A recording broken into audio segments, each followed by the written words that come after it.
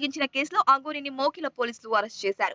అఘోరితో పాటు అతని భార్య శ్రీవష్ణితో కారులో హరిద్వార్ వెళ్తుండగా మోకిల పోలీసులు పక్కా ప్రణాళికతో ఉత్తరప్రదేశ్ మధ్యప్రదేశ్ బార్డర్లో మంగళవారం మధ్యాహ్నం అదుపులోకి తీసుకుని బుధవారం నార్సింగి పోలీస్ స్టేషన్ కు తీసుకొచ్చారు.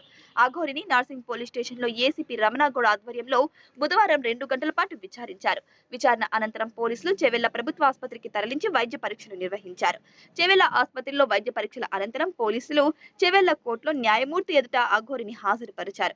న్యాయమూర్తి అఘోరిని 14 రోజుల పాటు రిమాండ్ విధిస్తూ తీర్పునిచ్చారు. దీంతో పోలీసులు సంగారెడ్డి జిల్లా కంది సబ్ జైలుకు తరలించారు.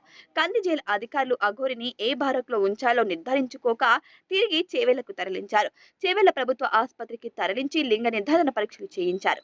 వైద్యుల పరీక్షలో అఘోరి ట్రాన్స్జెండర్ అని తేలడంతో తిరిగి పోలీసులు కోర్టు సూచన మేరకు నగరంలోని చెంచల్గూడ జైలుకు తరలించినట్టు సమాచారం. అఘోరి భార్య తల్లిదండ్రులతో వెళ్లేందుకు నిరాకరించడంతో పోలీసులు నగరంలోని హైదర్ షాక్ హోటల్లోని కస్తూర్బా గాంధీ హోమ్ కు తరలించినట్టు సమాచారం.